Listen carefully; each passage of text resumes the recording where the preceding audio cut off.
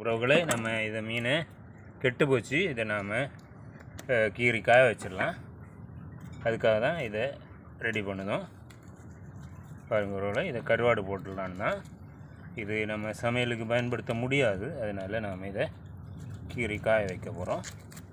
பாருங்கள் உறவுகளே, அருமையான மீன் கெட்டு போனதுனால குழம்புக்கு எடுக்க இயலாது. அதனால் நாம் இந்த மீனை அருமையாக கீறி சூப்பராக காய வச்சிடலாம். கருவாடு ஆகிடுச்சுன்னா அது பயங்கரமாக இருக்கும் சுவையாக.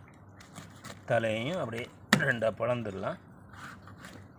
வருகிறவங்களே, இதுதான் நாம் இன்றைக்கி பிடிச்ச மீன். கெட்டு போச்சு. நாம் இதை அருமையாக ரெண்டாக கீறி பிளந்து கருவாடு போட்டுடலாம்.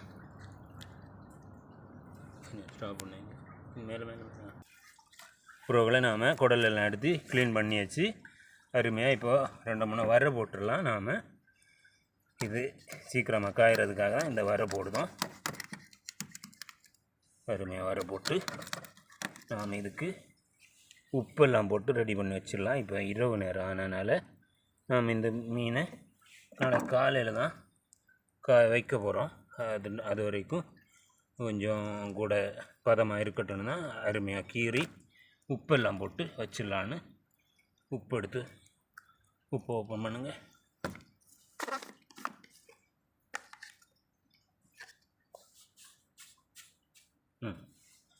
உப்பும் போட்டுடலாம். பாருங்கள் உறவுகளை, உப்பு போட்டு நாம் மீனை பதப்படுத்தி வச்சிடலாம். காலையில் நேரத்தோடு எடுத்து காயம் போட்டுடலாம். நாம் தேவைக்கு உப்பு போட்டாச்சு. நாம் இது தேவைப்பட்டால் மஞ்சள் பொடியும் போட்டுக்கலாம். நமக்கு இப்போது மஞ்சள் பொடி வேண்டான்னு தான் போடலை. மஞ்சள் பொடி போட்டால் இன்னும் கொஞ்சம் மஞ்சள் கலரில் இருக்கும். நம்ம காய வைக்கிறதுக்கு உறவுகளை மீன் ரெடி ஆகிடுச்சு.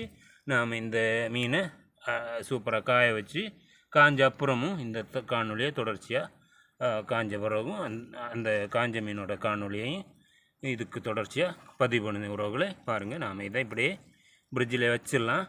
நாம் எடுத்து காலையில் எடுத்து அருமையாக காய வைக்கலாம். ஓகே உறவுகளே, பாய்.